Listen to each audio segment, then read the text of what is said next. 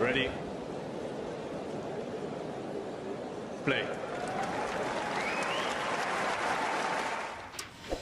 First of all, Alex, let's reflect on that win. It wasn't easy out there. In fact, you were double breakdown in the first set, a single breakdown in the second set, so you certainly made it difficult for yourself today, right? Yep, definitely did. I would say he came out pretty strong. He didn't make many mistakes, and I think I just kind of played a little bit too flat and wanted to end the point a little bit too quick to kind of not use my legs too much, and that definitely cost me the double breakdown. But then thanks to some coaching and kind of using my brain a bit more, I realized that I need to kind of play with more shape and go into longer rallies and not try to end the point too quickly. Is that what your coach sort of said to you, sort of be patient maybe? Yeah, that's kind of what my corner was saying a little bit, and then I realized also, I was just playing way too flat and just really trying to go for everything a bit too much. How's your Spanish, by the way? Very bad. Because I sometimes they're not talking, but a few words come your way in Spanish, right? But you get those words, I I guess. understand a little bit, like a couple words here and there. I'm trying to learn, but I need some work for sure. Tell us a bit about you and your background.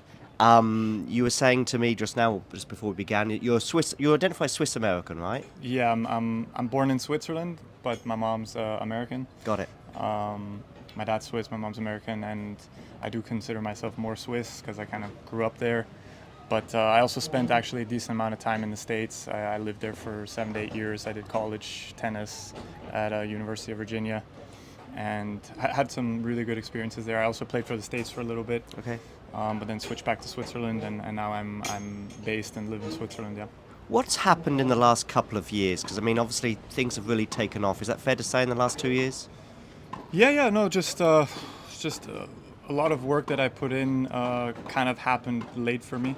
I learned a lot of things very, very late, to be honest. I'd want to say I started doing things right, I'd say about 3 years ago. Okay.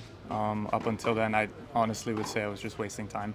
What do you mean doing things right and wasting time? Just, learned a lot about work ethic, learned a lot about, the mental approach, learned also a lot about myself, and then, made some major changes in my life and just kind of also believe in myself and trust that I can do it. So, so that's where this is coming from for sure.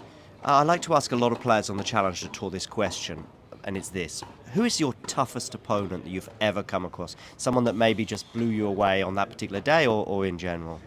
Toughest. I mean, when I had kind of like my first year of... so surprisingly, it's not Tsitsipas or Felix because I played them in the main draw slams 2 years back, but I played, I remember this, I played Echeverry, the Argentinian guy, on clay my first year when I kind of started doing things right, and I felt really like a really bad tennis player playing him. I think he beat me like 6-4, 6-2. It was kind of just a very routine win for him, but never did I feel like that bad of a tennis player. So inferior. I just felt like I had no chance. Yeah. I'm sure you often get asked this. This is one of the things that's been well documented about you. At 22 years old, you had some clogged arteries and minutes away from losing your right arm, was it? Yeah. How important, of course, how significant. Is it easy for you to reflect on it now? I don't know how you feel talking about it. Yeah, no, actually, funny you bring this up. I actually scheduled a checkup on it for next week to kind of see how it's doing. But it was a difficult moment of my life. It's just a birth defect I had. The first, I think the rib was up here was too tight, and it was kind of damaging like a main artery that was going through there. And then finally at like 21, 22, it completely broke, and I had to do surgery. Like my arm swelled up. I had to do like 2-3 surgeries in a row. Kind of lungs filled up with blood. Like I had a ton of stuff going on, and I wasn't sure if I could play because they suggested I don't, because it's a very sensitive thing.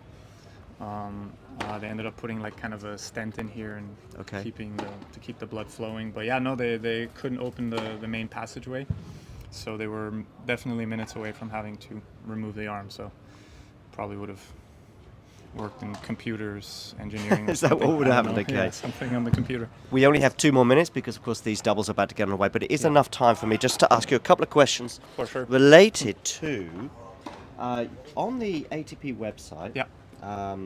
they have a few little pieces about you, and it says your nickname is Rishi. Is that right? Yeah, I mean, it was just the first one that popped to mind. I kind of grew up in school. They used to call me Richie when I was in Switzerland. But Alex is okay, or Alexander.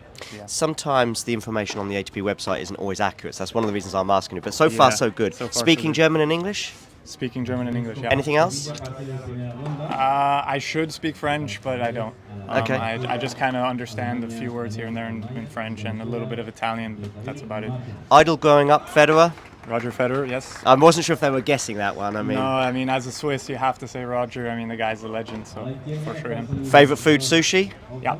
Okay, so they're pretty accurate. They probably did speak to you about this. I hope they did anyway. Your Yeah. favorite surface is clay, though your favorite tournament is the US Open. Yeah, funny enough, yeah. Why would you say those two? Clay surface and then also favorite New York.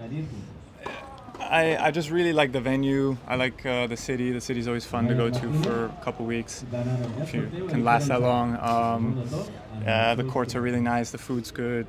The atmosphere is really cool. Yeah, I just enjoy that one a lot. And then I'd like to say my favorite surface is hardcore, but I play my best it seems on clay a little bit. Although my game should translate well on hard court, and which it does too. I've won a tournament on hard as well, but. Let's say this year it's more clay. Yeah. One more. How's it going in Seville? Outside of the matches that you're winning at the moment, of course. Pretty good. I mean, I haven't seen much. I pretty much just go hotel and site, but I'll definitely take some time to see the city. My parents told me I need to check out the city, so. I mean, it's a great city, but super hot this time of year. Super And hot. I don't know how that was for you today out there and how it's been this week. Yeah, no, I mean, everything feels heavy after a while for sure. That's kind of. Where was the hottest? Can you remember you played and you were just like, this is just insane? I mean, Australia is always very hot. I'd say the craziest, funny enough, North Carolina, Cary. Okay. That place gets so humid, it's unbearable. But yeah, Australia, Cary, for sure, yeah. Cool. Thanks very much, Alex. Thank you. Do a little fist pump. Appreciate it. Cheers. Thank you. Talking tennis. If you enjoyed this video, make sure you hit that like button. Don't forget to subscribe and click that notification bell so you don't miss out on all things tennis.